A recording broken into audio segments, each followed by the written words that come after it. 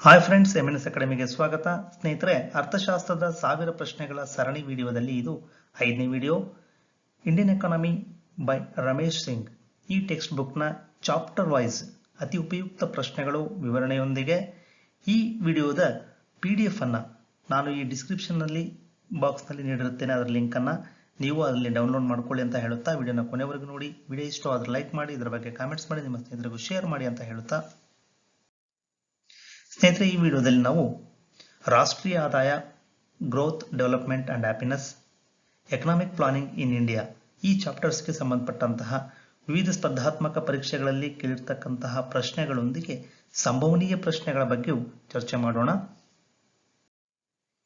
ಮೊದಲನೇ ಪ್ರಶ್ನೆ, ಭಾರತದಲ್ಲಿ ಪ್ರಸ್ತುತ ಜಿಡಿಪಿಯನ್ನು ಲೆಕ್ಕ ಹಾಕಲು ಆಧಾರ ವರ್ಷ ಬೇಸ್ ಇಯರ್ ಯಾವುದು? ಸರಿ ಉತ್ತರ ಆಯ್ಕೆ ಸಿ, 2011-12. ಭಾರತದ ಜಿಡಿಪಿ ಲೆಕ್ಕಾಚಾರದ ಬೇಸ್ ಇಯರ್ ಅಂದ್ರೆ 2011-12. ಭಾರತದಲ್ಲಿ ರಾಷ್ಟ್ರೀಯ ಆದಾಯದ ದತ್ತಾಂಶವನ್ನ ಯಾವುದು ಬಿಡುಗಡೆ ಮಾಡುತ್ತದೆ? ಸರಿ ಉತ್ತರ ಆಯ್ಕೆ B, NSO, national statistical office. ರಾಷ್ಟ್ರೀಯ ಸಾಂಖ್ಯಿಕ ಸಂಸ್ಥೆಯು ದೇಶದ ರಾಷ್ಟ್ರೀಯ ಆದಾಯವನ್ನ ಪ್ರಸ್ತುತ ಮಾಪನ ಮಾಡುತ್ತಿರುವ ಸರ್ಕಾರಿ ಸಂಸ್ಥೆಯಾಗಿದೆ. 3.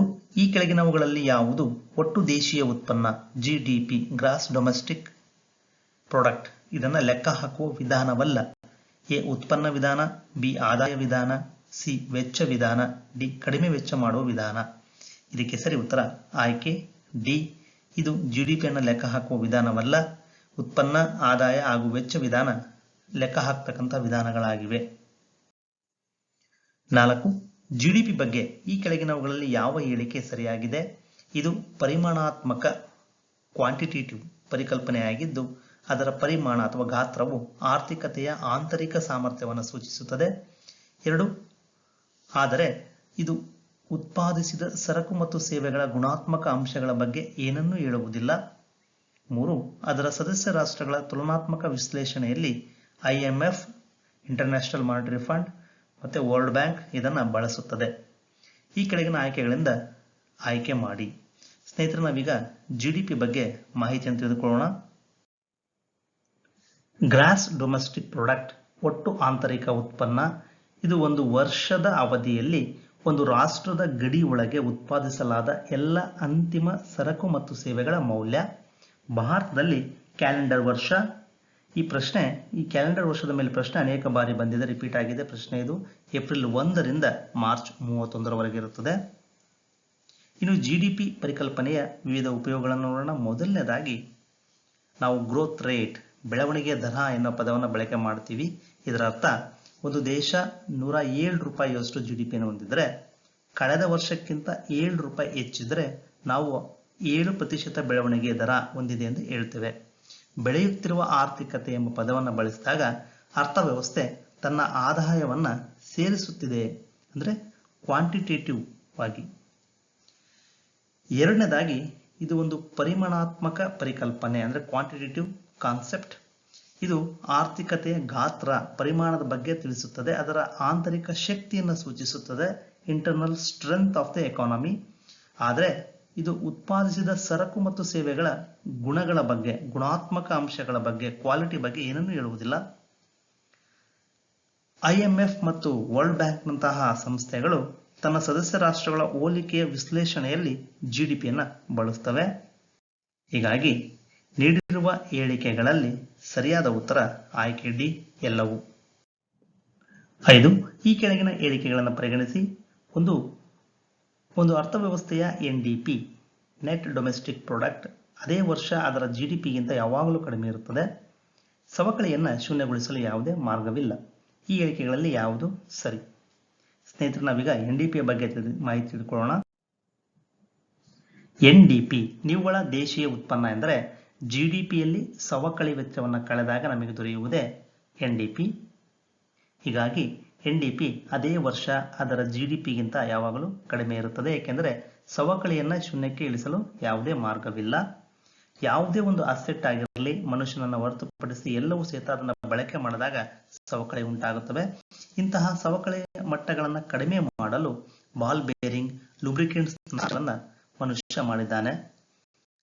ಹೀಗಾಗಿ ನೀಡಿರುವ ಹೇಳಿಕೆಗಳಲ್ಲಿ ಸರಿಯಾದ ಉತ್ತರ ಆಯ್ಕೆ ಸಿ, ಎರಡೂ ಸಹಿತ ಸರಿಯಾದ ಹೇಳಿಕೆಗಳೇ. 6. ಜಿಡಿಪಿ ಮತ್ತು ಎನ್ಡಿಪಿಗಳಿಗಿರುವ ವ್ಯತ್ಯಾಸವೇನು? ಇದೀಗ ನಾವು ಚರ್ಚೆ ಮಾಡಿದ್ವಿ. ಎನ್ಡಿಪಿ ಅಂದರೆ ಜಿಡಿಪಿಯಲ್ಲಿ ಸವಕಳಿಯನ್ನ ಕಳೆಯುವುದು. ಸವಕಳಿ ಉಂಟಾಗುವುದು ಯಾವಾಗ ಅಂದರೆ ನಿಶ್ಚಿತ ಬಂಡವಾಳದ ಬಳಕೆ ಮಾಡಿದಾಗ ನಮಗೆ ಸವಕಳಿ ಉಂಟಾಗುತ್ತದೆ. ಹೀಗಾಗಿ ಆಯ್ಕೆ ಸಿ ಸರಿ ಉತ್ತರ. 7. ಭಾರತದಲ್ಲಿ ಯಾವ ಸಚಿವಾಲಯ ಅಥವಾ ಸಂಸ್ಥೆ ಆಸ್ತಿಗಳ ಸವಕಳಿ ದರಗಳನ್ನು ಪ್ರಕಟಿಸುತ್ತದೆ? ಇದಕ್ಕೆ ಸರಿ ಉತ್ತರ ಆಯ್ಕೆ ಬಿ, ವಾಣಿಜ್ಯ ಮತ್ತು ಕೈಗಾರಿಕಾ ಸಚಿವಾಲಯ. ಇದು ಸ್ವತ್ತುಗಳ ಸವಕಳೀಕರಣದ ದರಗಳನ್ನು ನಿರ್ಧರಿಸಿ ಘೋಷಿಸುತ್ತದೆ. ಒಂದು ಪಟ್ಟಿಯನ್ನು ಇದು ಪ್ರಕಟಿಸುತ್ತದೆ. ಇದು ವಿವಿಧ ಸ್ವತ್ತುಗಳಲ್ಲಿ ಸವಕಳಿಯ ನಿಜವಾದ ಮಟ್ಟಗಳನ್ನು ನಿರ್ಧರಿಸಲು ಅರ್ಥವ್ಯವಸ್ಥೆಯ ವಿವಿಧ ವಿಭಾಗಗಳಿಂದ ಬಳಕೆ ಮಾಡಲ್ಪಡುತ್ತದೆ. 8. ನಿವ್ವಳ ದೇಶೀಯ ಉತ್ಪನ್ನವನ್ನು ಹೀಗೆ ಬಳಸಬಹುದು. ಒಂದು ಅರ್ಥವ್ಯವಸ್ಥೆಯ ಸವಕಳಿಯಿಂದಾಗಿ ನಷ್ಟದ ಐತಿಹಾಸಿಕ ಪರಿಸ್ಥಿತಿಯನ್ನು ಅರ್ಥ ಮಾಡಿಕೊಳ್ಳುವುದು. 2. ಸಂಶೋಧನೆ ಮತ್ತು ಅಭಿವೃದ್ಧಿ ಕ್ಷೇತ್ರದಲ್ಲಿ ಅರ್ಥವ್ಯವಸ್ಥೆಯ ಸಾಧನೆಗಳನ್ನು ತೋರಿಸುವುದು. 3. ಜಗತ್ತಿನ ಆರ್ಥಿಕತೆಗಳನ್ನು ಹೋಲಿಸುವುದು. ಈ ಹೇಳಿಕೆಗಳಲ್ಲಿ ಯಾವುದು ಸರಿಯಾಗಿದೆ? ಇದಕ್ಕೆ ಸರಿ ಉತ್ತರ ಆಯ್ಕೆ ಎ, 1 ಮತ್ತು 2 ಮಾತ್ರ ಸರಿಯಾದ ಹೇಳಿಕೆಗಳು. 3ನೇ ಹೇಳಿಕೆ ತಪ್ಪು. ಏಕೆಂದರೆ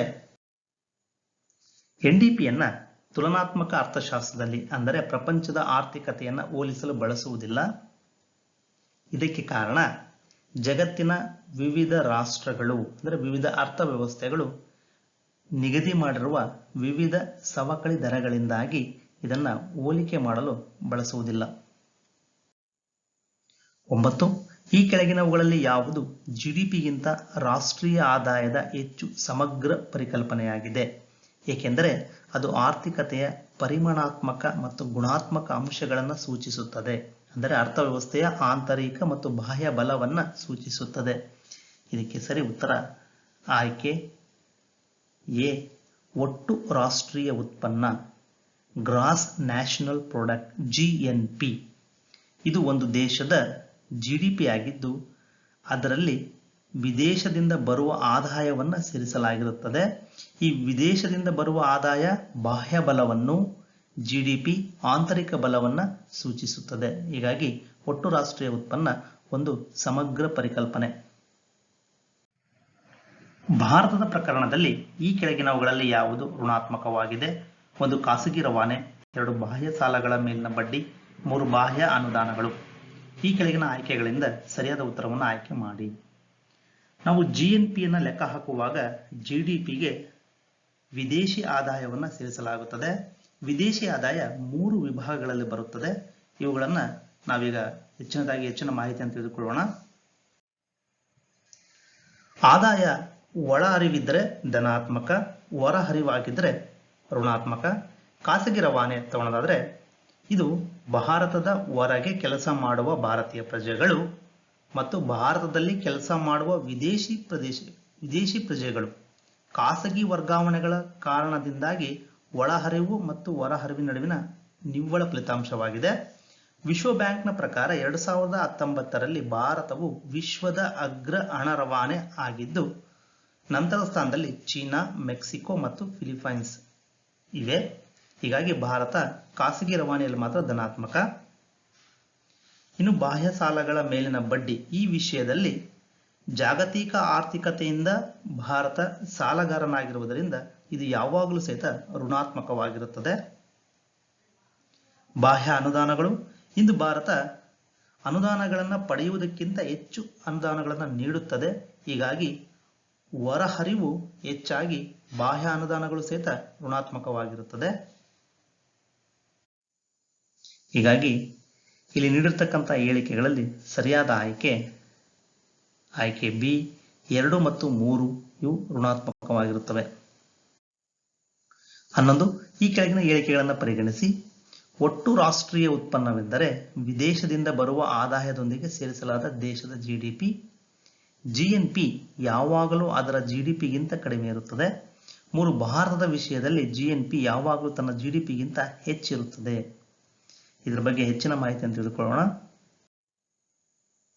ಭಾರತದ ವಿಷಯದಲ್ಲಿ ವಿದೇಶದಿಂದ ಬರುವ ಆದಾಯ ಯಾವಾಗಲೂ ಋಣಾತ್ಮಕ, ಏಕೆಂದರೆ ವ್ಯಾಪಾರದ ಕೊರತೆ, ವಿದೇಶಿ ಸಾಲಗಳ ಮೇಲಿನ ಬಡ್ಡಿ ಪಾವತಿಗಳ ಕಾರಣದಿಂದ ಭಾರೀ ಪ್ರಮಾಣದಲ್ಲಿ ಹೊರಹರಿವು ಉಂಟಾಗುತ್ತದೆ. ಇದರರ್ಥ ವಿದೇಶದಿಂದ ಬರುವ ಆದಾಯವನ್ನು ಅದರ GNP ಲೆಕ್ಕಾಚಾರ ಮಾಡಲು ಭಾರತ GDPಯಿಂದ ಕಳೆಯಬೇಕಾಗುತ್ತದೆ. ಸಾಮಾನ್ಯ ಸೂತ್ರ GNP ಅಂದರೆ GDP ಅಂದರೆ ಆಂತರಿಕ ಪ್ಲಸ್ ವಿದೇಶದಿಂದ ಬರುವ ಆದಾಯ. ಆದರೆ ಭಾರತದ ವಿಷಯದಲ್ಲಿ ಮಾತ್ರ GDPಯಲ್ಲಿ ವಿದೇಶದಿಂದ ಬರುವ ಆದಾಯ ಋಣಾತ್ಮಕವಾಗಿರುವುದರಿಂದ ನಾವು ಅದನ್ನು GDPಯಲ್ಲಿ ಕಳೆಯಬೇಕಾಗುತ್ತದೆ. ಹೀಗಾಗಿ ಭಾರತದಲ್ಲಿ ಮಾತ್ರ GNP ಯಾವಾಗಲೂ ಅದರ GDPಗಿಂತ ಕಡಿಮೆ ಇರುತ್ತದೆ. ಸೊ ನೀಡಿರುವ ಹೇಳಿಕೆಗಳಲ್ಲಿ ಸರಿಯಾದ ಉತ್ತರ ಆಯ್ಕೆ ಎ ಒಂದು ಮಾತ್ರ ಸರಿಯಾಗಿದೆ. 12. ಒಂದು ಅರ್ಥವ್ಯವಸ್ಥೆಯ ರಾಷ್ಟ್ರೀಯ ಆದಾಯವನ್ನು ಲೆಕ್ಕ ಹಾಕಲು ಈ ಕೆಳಗಿನವುಗಳಲ್ಲಿ ಯಾವುದನ್ನು ಬಳಸಬಹುದು? ರಾಷ್ಟ್ರೀಯ ಆದಾಯವನ್ನು ಲೆಕ್ಕ ಹಾಕಲು ನಿವ್ವಳ ರಾಷ್ಟ್ರೀಯ ಉತ್ಪನ್ನ ನೆಟ್ ನ್ಯಾಷನಲ್ ಪ್ರಾಡಕ್ಟ್ ಇದನ್ನು ಬಳಕೆ ಮಾಡಲಾಗುತ್ತದೆ. 13. ಒಂದು ರಾಷ್ಟ್ರದ ಆದಾಯದ ಅತ್ಯಂತ ಪರಿಶುದ್ಧ ರೂಪ ಯಾವುದು? Purest form of the income of a nation. ಇದಕ್ಕೆ ಸರಿ ಉತ್ತರ ಆಯ್ಕೆ ಸಿ ನಿವ್ವಳ ರಾಷ್ಟ್ರೀಯ ಉತ್ಪನ್ನ ಅಥವಾ ನೆಟ್ ನ್ಯಾಷನಲ್ ಪ್ರಾಡಕ್ಟ್ NNP. 14. ರಾಷ್ಟ್ರೀಯ ಆದಾಯ ಎಂಬ ಪದವು ಯಾವುದನ್ನು ಪ್ರತಿನಿಧಿಸುತ್ತದೆ? ರಾಷ್ಟ್ರೀಯ ಆದಾಯ ಎಂದರೆ ಮಾರುಕಟ್ಟೆ ಬೆಲೆಯಲ್ಲಿ ಒಟ್ಟು ರಾಷ್ಟ್ರೀಯ ಉತ್ಪನ್ನದಲ್ಲಿ ಸವಕಳಿ ವೆಚ್ಚವನ್ನು ಕಳೆದಾಗ ಉಳಿಯುವುದೇ ರಾಷ್ಟ್ರೀಯ ಆದಾಯ ಅಥವಾ ನೆಟ್ ನ್ಯಾಷನಲ್ ಪ್ರಾಡಕ್ಟ್. 15. ಭಾರತದ ಆರ್ಥಿಕತೆಗೆ ಯಾವ ವಲಯವು ಹೆಚ್ಚು ಆದಾಯವನ್ನು ನೀಡುತ್ತದೆ? ಸರಿ ಉತ್ತರ ಆಯ್ಕೆ ಸಿ ತೃತೀಯ ವಲಯ ಅಥವಾ ಸೇವಾ ವಲಯ. ಯಾವ ಅವಧಿಗೆ ಭಾರತ ಅರ್ಥವ್ಯವಸ್ಥೆ $5 ಟ್ರಿಲಿಯನ್ ಆರ್ಥಿಕತೆಯಾಗಲು ಗುರಿ ಹೊಂದಿದೆ? ಸರಿ ಉತ್ತರ ಆಯ್ಕೆ ಬಿ 2024-25 ವೇಳೆಗೆ. 17. ಇದರಿಂದ ತಲಾ ಆದಾಯವನ್ನು ಪಡೆಯಲಾಗುತ್ತದೆ. ತಲಾ ಆದಾಯವನ್ನು ರಾಷ್ಟ್ರೀಯ ಆದಾಯವನ್ನು ಜನಸಂಖ್ಯೆಯಿಂದ ಭಾಗಿಸಿದಾಗ ನಮಗೆ ದೊರೆಯುತ್ತದೆ. ಹೀಗಾಗಿ ಆಯ್ಕೆ ಬಿ ಸರಿ ಉತ್ತರ. ಮಾರುಕಟ್ಟೆ ಬೆಲೆಗಳಲ್ಲಿ ರಾಷ್ಟ್ರೀಯ ಆದಾಯವು ಇದಕ್ಕೆ ಸಮನಾಗಿರುತ್ತದೆ. NSO GDPಯನ್ನು ಪ್ರಸ್ತುತ ಮಾಪನ ಮಾಡಲು ಅನುಸರಿಸುತ್ತಿರುವ ವಿಧಾನ GVA ಗ್ರಾಸ್ ವ್ಯಾಲ್ಯೂ ಆಡೆಡ್ ಆಗಿದೆ. ಈ ವಿಧಾನದಲ್ಲಿ ಮಾರುಕಟ್ಟೆ ಬೆಲೆಗಳಲ್ಲಿ ರಾಷ್ಟ್ರೀಯ ವರಮಾನವನ್ನು ಮಾಪನ ಮಾಡುವಾಗ ಉತ್ಪಾದನಾ ವೆಚ್ಚದ ರಾಷ್ಟ್ರೀಯ ವರಮಾನದಲ್ಲಿ ಸಹಾಯಧನವನ್ನು ಕಳೆದು ಪರೋಕ್ಷ ತೆರಿಗೆಗಳನ್ನು ಸೇರಿಸಿಕೊಳ್ಳಬೇಕು. ಈ ವಿಧಾನವೇ ಒಟ್ಟು ಮೌಲ್ಯ ಸೇರ್ಪಡಿತ ವಿಧಾನ. ಹೀಗಾಗಿ ಇದಕ್ಕೆ ಸರಿ ಉತ್ತರ ಆಯ್ಕೆ 1 ಉತ್ಪಾದನಾ ವೆಚ್ಚದಲ್ಲಿ NNP ಮೈನಸ್ ಸಬ್ಸಿಡಿಗಳು ಪ್ಲಸ್ ಪರೋಕ್ಷ ತೆರಿಗೆಗಳು. 19. ನಾಮಮಾತ್ರ GDP ನಾಮಿನಲ್ GDPಗೆ ಯಾವ ಹೇಳಿಕೆ ಸರಿಯಾಗಿದೆ? ನಾಮಿನಲ್ GDPಯನ್ನು ಪ್ರಸ್ತುತ ಬೆಲೆಗಳ ಆಧಾರದ ಮೇಲೆ ಲೆಕ್ಕ ಹಾಕಲಾಗುತ್ತದೆ. 2. ಮೂಲ ಬೆಲೆಗಳ ಆಧಾರದ ಮೇಲೆ ನಾಮಮಾತ್ರ GDPಯನ್ನು ಲೆಕ್ಕ ಹಾಕಲಾಗುತ್ತದೆ. ಇವುಗಳಲ್ಲಿ ಸರಿ ಉತ್ತರ ಆಯ್ಕೆ ಎ ಒಂದು ಮಾತ್ರ, ಏಕೆಂದರೆ ನಾಮಿನಲ್ GDPಯನ್ನು ಪ್ರಸ್ತುತ ಬೆಲೆಗಳ ಆಧಾರದ ಮೇಲೆ ಲೆಕ್ಕ ಹಾಕಿದರೆ ರಿಯಲ್ GDP ನೈಜ GDPಯನ್ನು ಮೂಲ ವರ್ಷದ ಬೆಲೆಗಳ ಮೇಲೆ ಲೆಕ್ಕ ಹಾಕಲಾಗುತ್ತದೆ. 20. ಕೆಳಗಿನ ಯಾವ ವರ್ಷದಲ್ಲಿ UN ಆರ್ಥಿಕತೆಯಲ್ಲಿ ಅಭಿವೃದ್ಧಿಯನ್ನು ಅಳೆಯಲು GNH ಗ್ರಾಸ್ ನ್ಯಾಷನಲ್ ಹ್ಯಾಪಿನೆಸ್ ಅನ್ನ ವಿಭಿನ್ನ ವಿಧಾನವನ್ನು ಅಳವಡಿಸಿಕೊಂಡಿದೆ? ಇದಕ್ಕೆ ಸರಿ ಉತ್ತರ ಆಯ್ಕೆ ಸಿ 2011. ಅಭಿವೃದ್ಧಿಯನ್ನು ಅಳೆಯಲು ಸಮಗ್ರ ವಿಧಾನಕ್ಕಾಗಿ ಭೂತಾನ್ನ ಕರೆಯನ್ನು 2011ರಲ್ಲಿ UN ಅಂಗೀಕರಿಸಿತು. ಈ ಕ್ರಮವನ್ನು 68 ದೇಶಗಳು ಅನುಮೋದಿಸಿವೆ. 21. ವಿಶ್ವ ಸಂತೋಷದ ವರದಿ ವರ್ಲ್ಡ್ ಹ್ಯಾಪಿನೆಸ್ ರಿಪೋರ್ಟ್ ಈ ಕೆಳಗಿನ ಯಾವ ನಿಯತಾಂಕಗಳನ್ನು ಪರಿಗಣಿಸುತ್ತದೆ? 1 ತಲಾವಾರು GDP, 2 ಭ್ರಷ್ಟಾಚಾರ, 3 ಶಿಕ್ಷಣ. ಕೆಳಗಿನ ಆಯ್ಕೆಗಳಿಂದ ಆರಿಸಿ. ಇದಕ್ಕೆ ಸರಿ ಉತ್ತರ ಆಯ್ಕೆ ಡಿ ಮೇಲಿನ ಎಲ್ಲವೂ. ಇವುಗಳನ್ನು ವಿಶ್ವ ಸಂತೋಷದ ವರದಿ ಪರಿಗಣಿಸುತ್ತದೆ. ಅಂತಾರಾಷ್ಟ್ರೀಯ ಸಂತೋಷದ ದಿನ ಯಾವುದು? ಸರಿ ಉತ್ತರ ಆಯ್ಕೆ ಸಿ 20 ಮಾರ್ಚ್. ವಿಶ್ವ ಸಂತೋಷದ ವರದಿಯನ್ನು ವಿಶ್ವಸಂಸ್ಥೆಯ ಸುಸ್ಥಿರ ಅಭಿವೃದ್ಧಿ ಪರಿಹಾರಗಳ ನೆಟ್ವರ್ಕ್ ಮಾರ್ಚ್ 20ರಂದು ಬಿಡುಗಡೆ ಮಾಡುತ್ತದೆ, ಏಕೆಂದರೆ ಅದು ಅಂತಾರಾಷ್ಟ್ರೀಯ ಸಂತೋಷ ದಿನವೆಂದು ಅದನ್ನು ಘೋಷಿಸಿದೆ. ಒಟ್ಟು ರಾಷ್ಟ್ರೀಯ ಸಂತೋಷ ಗ್ರಾಸ್ ನ್ಯಾಷನಲ್ ಹ್ಯಾಪಿನೆಸ್ ಮಾಪನದ ನಿಯತಾಂಕಗಳನ್ನು ಉಲ್ಲೇಖಿಸಿ ಈ ಕೆಳಗಿನವುಗಳಲ್ಲಿ ಯಾವುದು ಸರಿಯಾಗಿದೆ? 1. ಹೆಚ್ಚಿನ ತಲಾ ಆದಾಯ. 2. ಉತ್ತಮ ಆಡಳಿತ. 3. ಪರಿಸರ ಸಂರಕ್ಷಣೆ.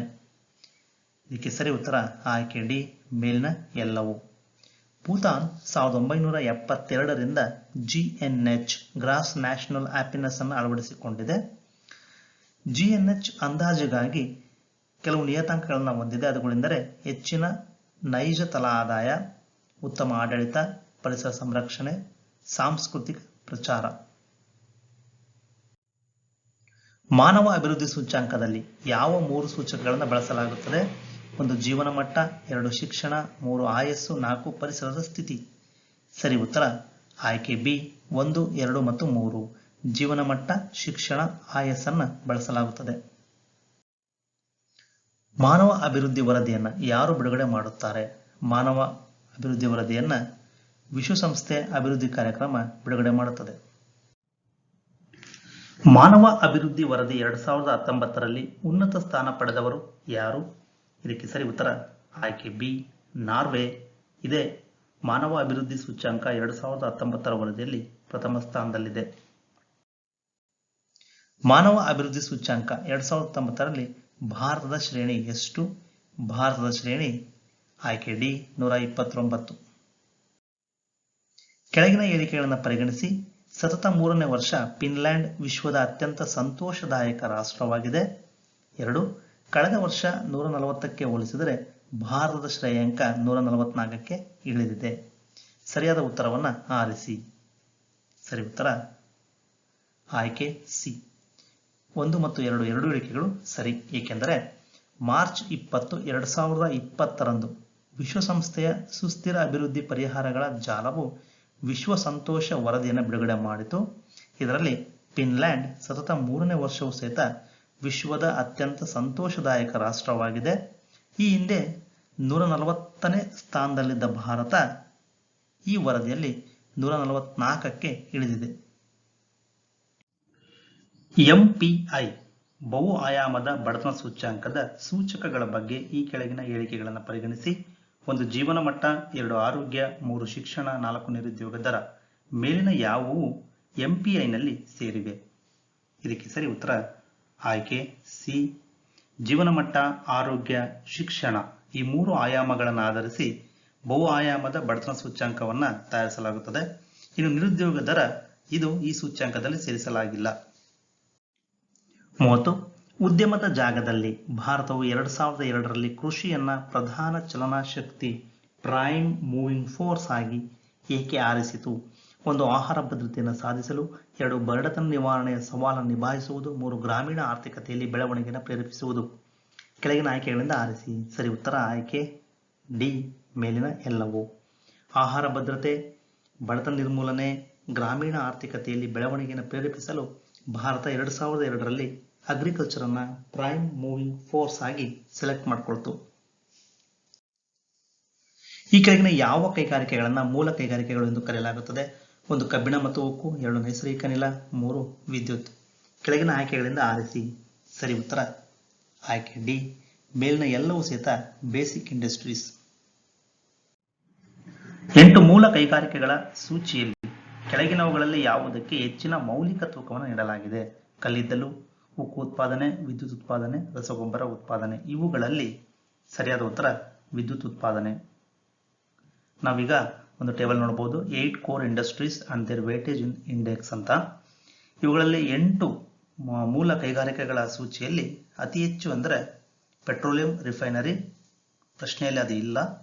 ನಂತರದಲ್ಲಿ ಎಲೆಕ್ಟ್ರಿಸಿಟಿ ಜನರೇಷನ್, ವಿದ್ಯುತ್ ಉತ್ಪಾದನೆ 19.85%.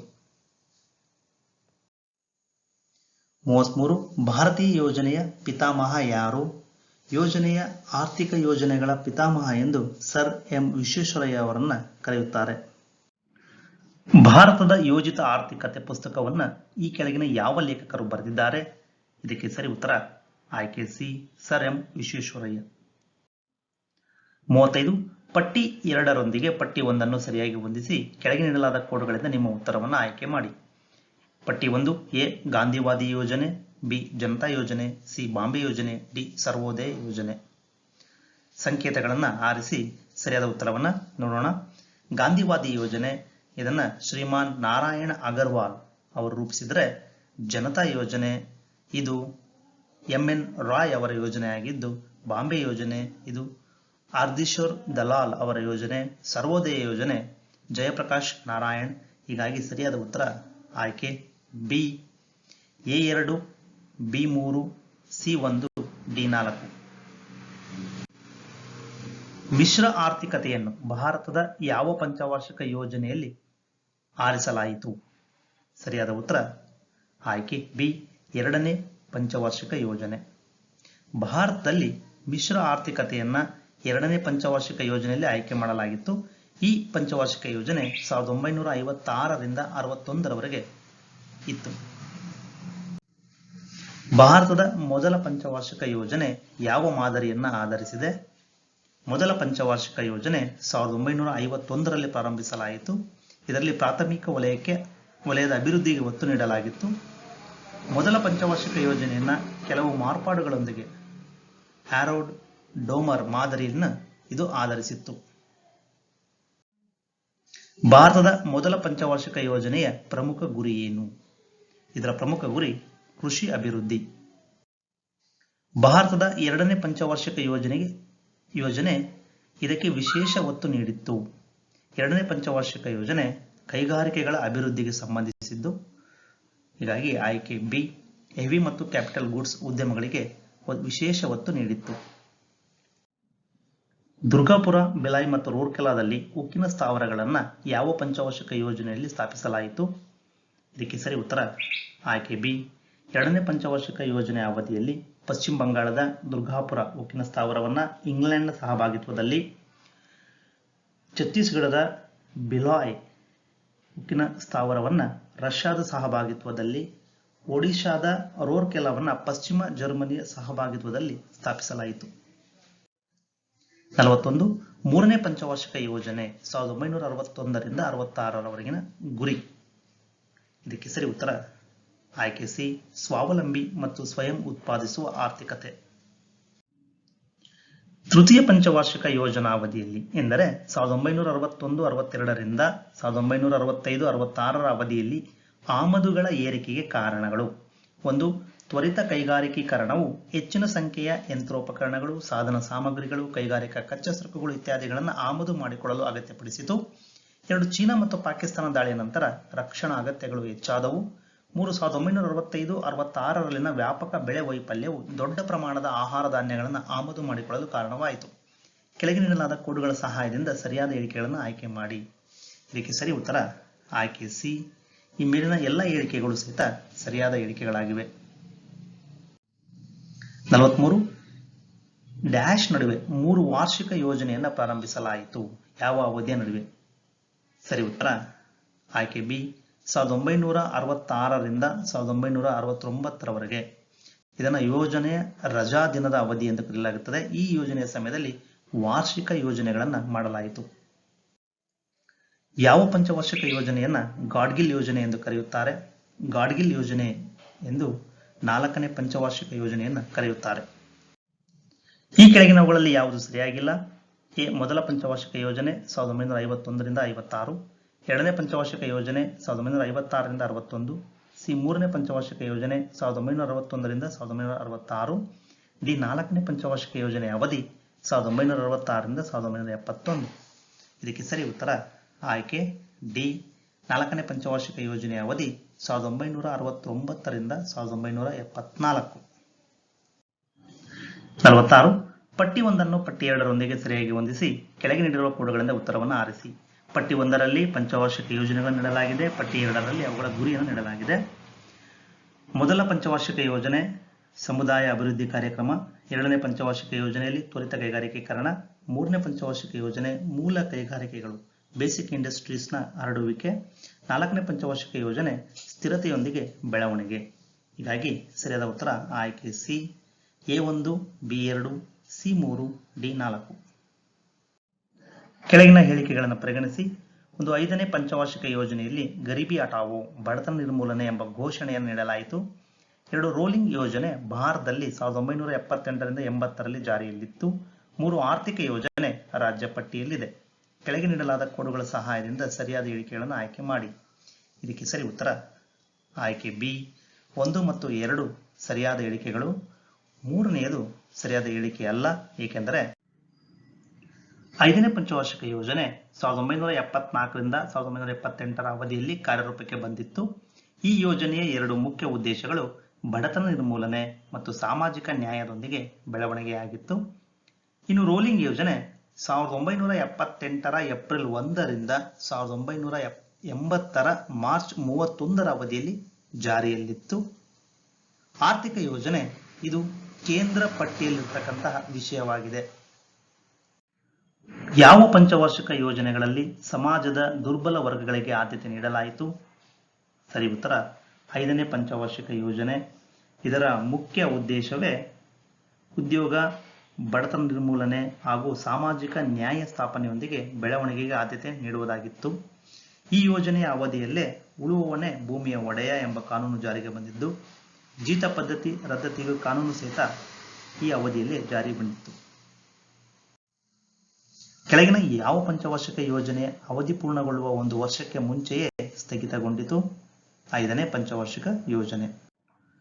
ಸಮಗ್ರ ಗ್ರಾಮೀಣಾಭಿವೃದ್ಧಿ ಕಾರ್ಯಕ್ರಮ IRDP ಯಾವ ಅವಧಿಯಲ್ಲಿ ಬಂದಿತ್ತು?